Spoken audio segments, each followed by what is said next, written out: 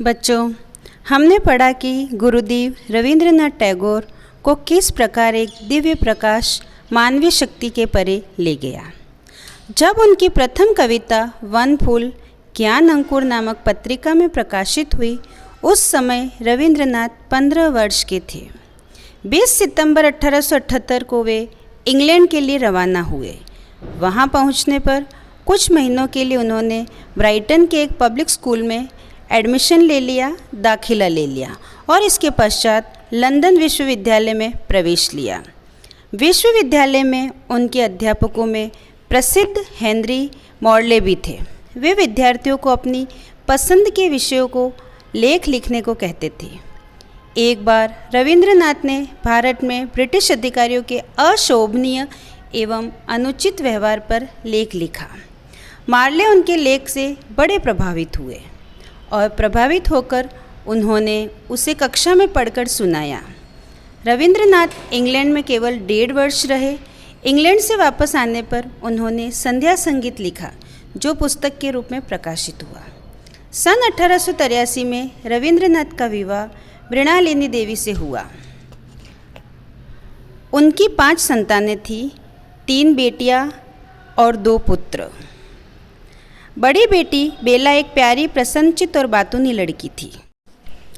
सन 1886 में कोलकाता में Indian national Congress का दूसरा अधिवेशन हुआ। इसके अध्यक्ष दादाभाई नौरोजी थे। इस अधिवेशन में रविंद्रनाथ ने अपना ही लिखा हुआ गीत गाया।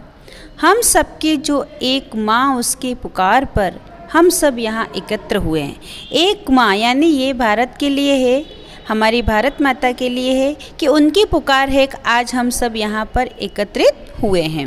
रविंद्रनाथ प्रचुर मात्रा में लिखते थे। उनकी कविताएं, कहानियाँ, उपन्यास, नाटक सभी कुछ लिखे हुए हैं। वे उफनती पद्मा नदी के तट पर बसे शैलाईदह नामक गांव के शांत वातावरण में रहने के लिए चले गए। उन्होंने ज़्यादातर कहानियाँ पद्मा नदी के रेतीले टीलों पर बैठकर लिखी, जो बाद में गल्पगुच्छ के नाम से प्रकाशित हुई। इन कहानियों की पृष्ठभूमि देहात और पात्र गांव के लोग थे।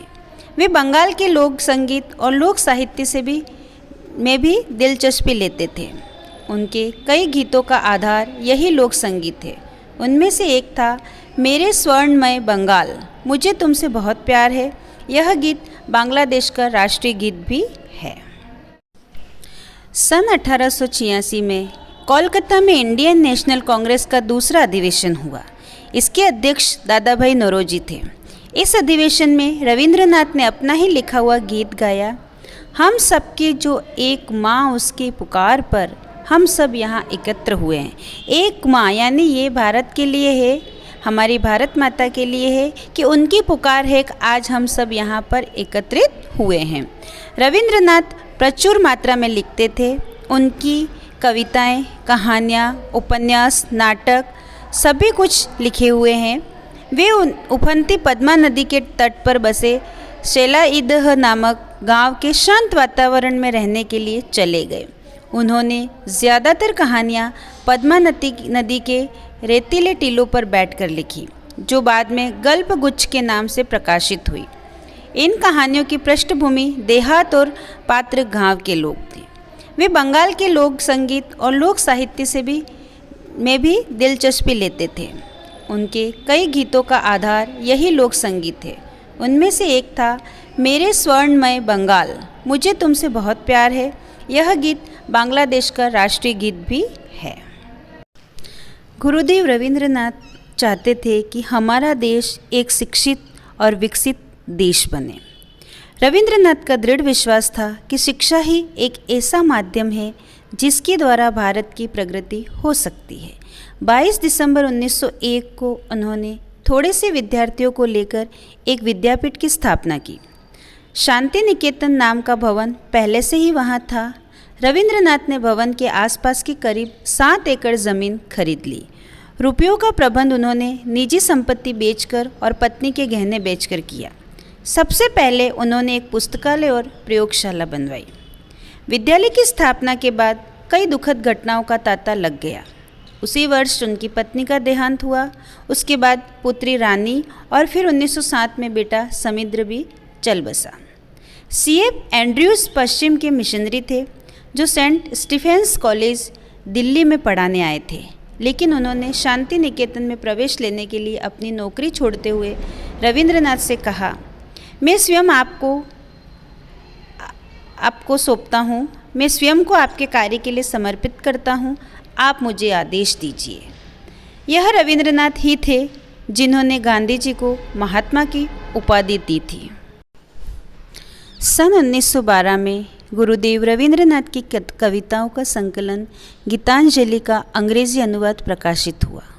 इस रचना पर उन्होंने 1913 में साहित्य का नोबेल पुरस्कार प्राप्त किया।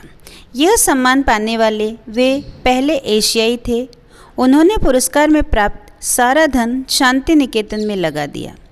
सन 1915 में उन्हें सर की उपाधि से सम्मानित किया गया। सन 1918 के दिसंबर महीने में उन्होंने विश्व भारती विश्वविद्यालय की आधारशिला रखी। इसकी स्थापना के तत्काल बाद ही अप्रैल 1919 में जलियांवाला बाग हत्याकांड हुआ। इसके विरोध में उन्होंने अपनी सर की उपाधि भी त्याग दी। गुरुदेव रविंद्रनाथ ने कई रचनाएं लिखी और कई रचनाओं का निर्माण किया, क्योंकि वो रचनात्मक प्रतिभा के बहुमुखी थे। विश्व भारती की स्थापना का उद्देश्य उन्होंने इस प्रकार बताया, विश्व भारती का लक्ष्य सत्य की खोज कर उसे प्रकाश में लाना, क्योंकि सत्य केवल एक है। रविंद्रनाथ की रचनात्मक प्रतिभा बहुमुखी थी। उनकी लेखनी में जादू था। उनके चिंतन, विचारों और आकांक्षाओं की अभिव्यक्ति उनकी कहानियों, कविताओं, उपन्यासों, नाटकों, लेखों, गीतों तथा चित्रों में होती थी। उन्होंने चित्रकारी काफ़ी देर से आरंभ की। जब वे 1930 में पश्चिम के देशों में गए तो फ्रांस, इंग्लैंड, जर्मनी, डेनमार्क, रूस और अमेरिका में उनके चित्रों की प्रदर्शनी की गई। इस समय तक वे 80 पुस्तकें लिख चुके थे। वे करीब करीब 1000 गीतों की रचना भी कर चुके थे।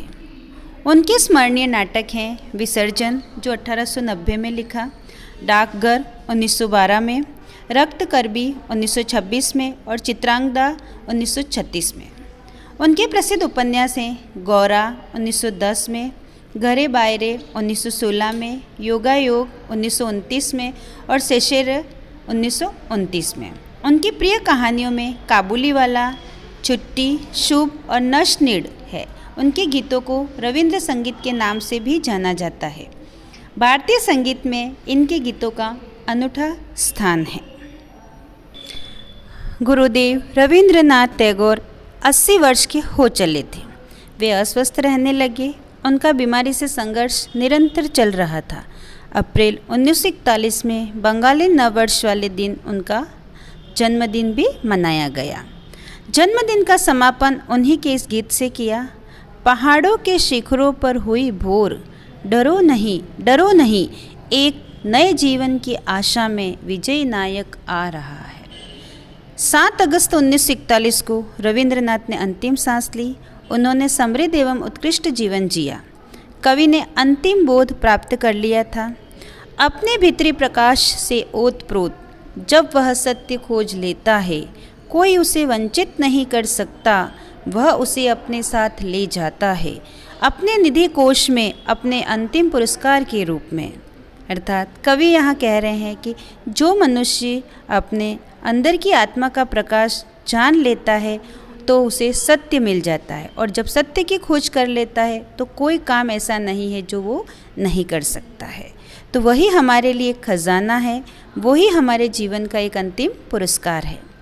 कवि द्वारा लिखे गए ये अंतिम शब्द, मैं धरती रूपी मंदिर की तीर्थ यात्रा करने आया था।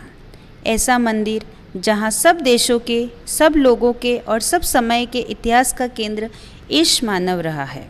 मैंने इस मिट्टी, इस घास, इस धूल, इन झाड़ियों और वन वृक्षों में अपना हृदय उड़ेल दिया है, जो इस धरा की गोद में रहते हैं, धरा के द्वारा पाले जाते हैं, अपना पहला चरण भी इसी धरा पर धरते हैं और अंत में इसी धरा की गोद में अंतिम नींद सो जाते हैं।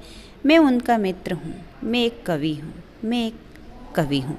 यानी कवि कह रहे हैं कि इस धरती पर हमने जन्म लिया है और इसी धरती पर एक दिन हमको मिटना है।